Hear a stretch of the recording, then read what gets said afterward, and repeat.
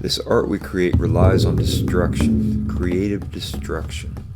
We create a reproduction jar for a site that we want to study.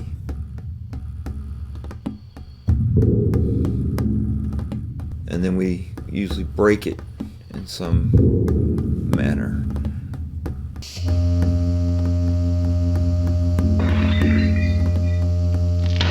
We'd started filming the breaking of the jars in hopes of capturing some sort of information that might be helpful or insightful into reassembling them.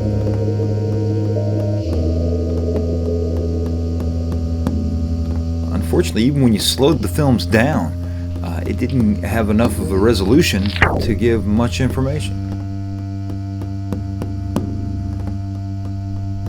And about that time, saw an application for an arts grant.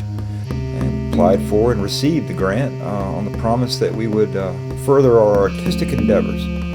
So we immediately began ordering up new materials, glass, and epoxies, and a really cool little high-speed camera that we would hope could capture all of the slow motion activity and maybe even get a still of the capture of the moment of it blowing apart.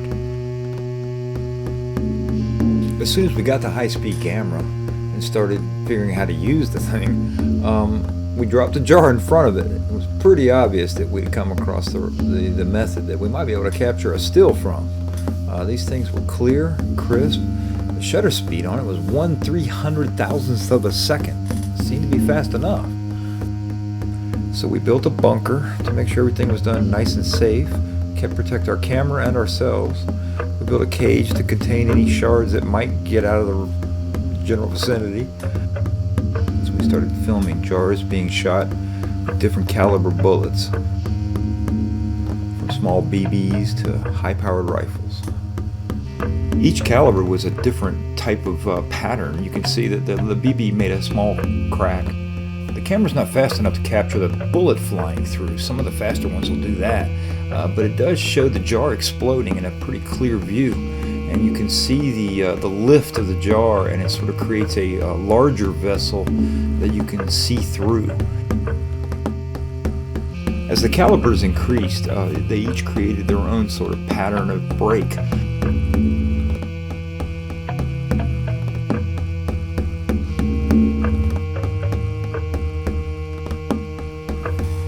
So in our attempt to put these jars back together, our first thought was to use epoxy resin. Just pour a giant cube of it around the jar, and we thought we could put them back together inside of the resin slowly as we rose the resin up, and could then capture them in mid-air or in mid-resin.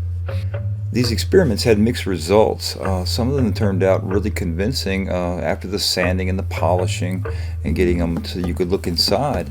You could see them exploding in sort of a misty chaos, and then the view inside could be seen through the edges of the cube.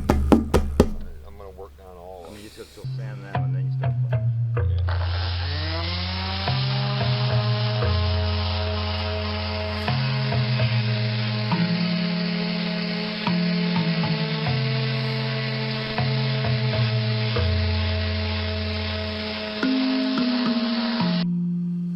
After much sanding and polishing, these cubes finally started to be transparent. This little green was probably as close as we were getting to what we expected. You can see into it, and it has these pieces flying away where the bullet had exited, and then you have these stairs sort of disappearing up into the gloom. This next white one was also very close to what we had hoped for. It has a general cloudiness from tiny bubbles all through it. We believe it was poured when it was too cold, and so we learned a lesson from that, but the overall impression of it still gives it an interesting sort of misty effect. This little jar was cast into a cylinder-shaped mold. We had hopes of getting closer to the jar, but it was more than we expected. The cylinder shape magnifies the shards, and you can't quite see the overall impression of the jar. We did polish one face that you can see the little French village beyond. This was actually the first cube that was poured. It was the last to be finished because it was the hardest to polish. It was the result of a thermobaric reaction from being poured too quickly, and overheating caused bubbles, cracks, and explosions inside the epoxy as it cured. Some of the views look like the face of doom itself.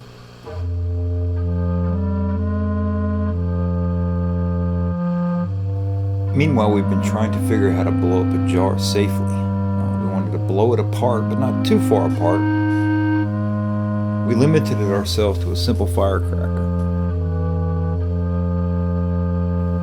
Obviously, in an empty jar, it doesn't do much. We tried several admixtures. Many of them just blow out the top, almost like a cannon.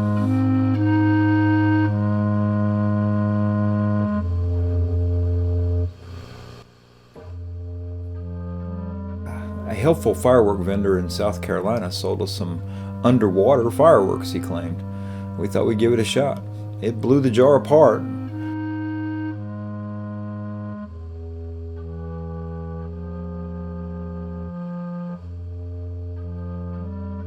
But not very helpful as far as getting an image.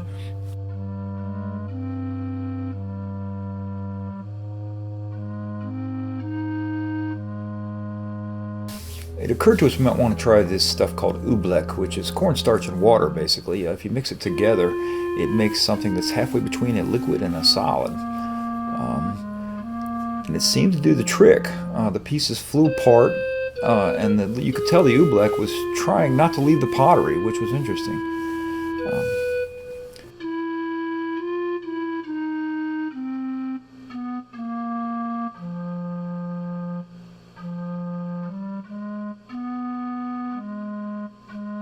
It occurred to Brad to put the stuff inside of just a garbage bag inside the jar, and the effects were surprising. The oobleck bounces off the jar and can't stick to it, so it sort of ends up being left behind as the shards fly away.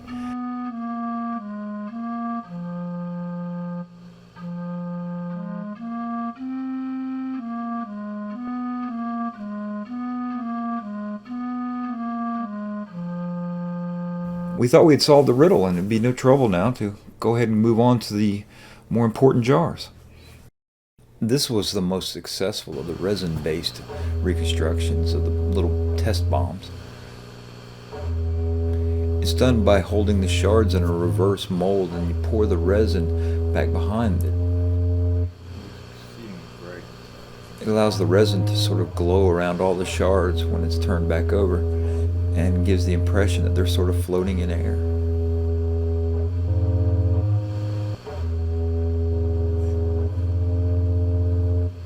We also wanted to use colored glass to hold the things apart, and that's a little bit more of a complicated process. A wad of clay holds the shards apart and puts them in the positions that we're looking for. And then we take the shards back out off of that wad of clay. And once you've got them all removed, you can then set up these little dams and pour plasters onto each of these areas to create little tiny plaster molds that touch each other all the way around the object. Once you've got them all poured and everything's looking nice and solid, you pull those off, and each one of them will kind of reveal a mold that we then put crushed glass into and melt in a kiln. You then take that glass out and install the shards. You end up with a jar that's glowing with glass. Absolutely remarkable and astounding in some ways as you turn it. Pictures can't capture the way it sort of glints and glows and seems to be on fire in some ways. Much more convincing than the resin, in my opinion. And I don't know, absolutely mesmerizing.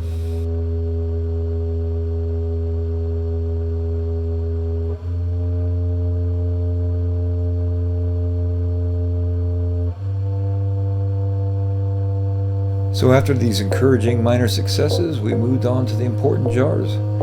This first one was a Sumerian jar. We set it up so that the explosion would be near the front of the oobleck bag. You can sort of see it poking out the top there. And it blew up in a way that we expected, right out one side.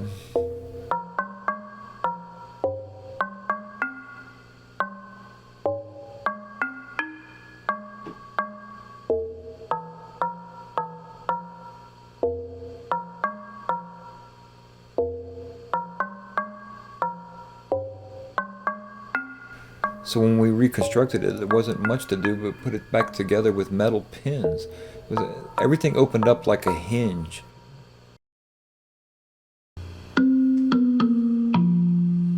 This beautifully painted little Greek jar, we decided to hit with a 2-pound hammer. We expected it to shatter the jar, but the result was more like a diamond cleaving. It broke the jar almost in half, with one little triangular piece coming apart at the top and the handle sort of being held between the two. We're thinking maybe we can just build something inside with it open like a book. But if you want to make a big impact, you have to use a big hammer. So we used a 10-pound sledge on this little mogul jar. The results were fantastical.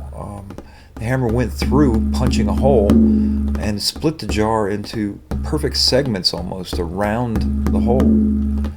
And the whole thing lifted up and back. We got our water clay together and we reassembled it onto it as close as we could get it to the still image that was captured. We were very excited to get going on this one to get it reassembled, and we decided to use a sort of Persian blue glass to hold all the shards apart. We went through the process we had worked out on the tests and put it onto the clay. Once it was all together, it was fascinating to see how equally divided the pieces were from the hammer blow. It almost created this mandala shape around the center punch hole. The overall illusion is of a jar that's being struck. You can see it leaning backwards, and you can almost imagine an invisible hammer going through it with this strange bluish electrical glow coming out from all sides. The next two were a set in our minds. One was Poland and one was Germany. They're both related to World War II. The first of the two is the Polish jar. The result was very sad and strange. The jar just blew a face off the front of it. Its hat sort of goes up in the air and then falls back down where it came from, and the jar just sort of sits there but doesn't fall. It slowly slumps over in a very pitiful sort of situation.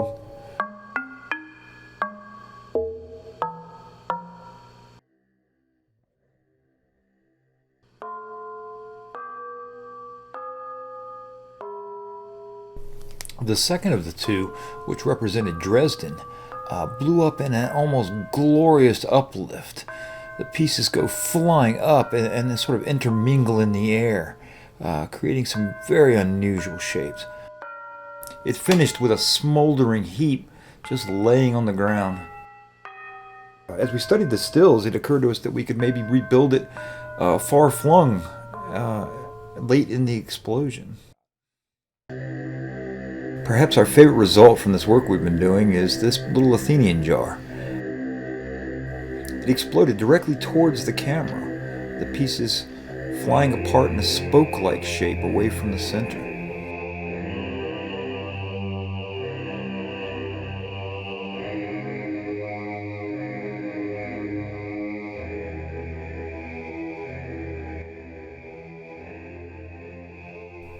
We quickly set about reassembling this one around the wad of clay, and it was just a matter of getting them in the right position, similar to the photograph. And so we had to put clay on the outside of the reassembled sculpture, and then put these broken pieces of bowls outside that to sort of keep the outside clay stiff. And then you pull those off. It takes the shards with them. You sort of clean them up a little bit, pour some resin in the cracks, and slowly build up enough with dye in the resin to end up with an Athens.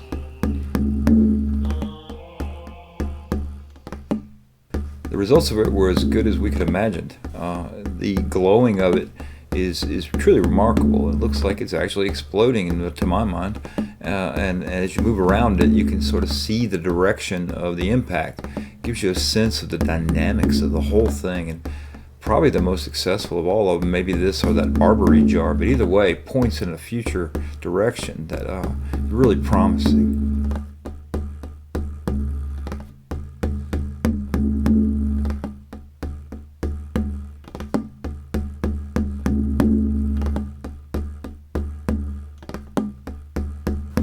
So we've been able to capture the moment of destruction and express that energy in the final form. We've explored the use of new materials and methods, and we expect this will push our art further along and lead to all kinds of new possibilities. If you've enjoyed watching the film, check back with us and see how things have developed.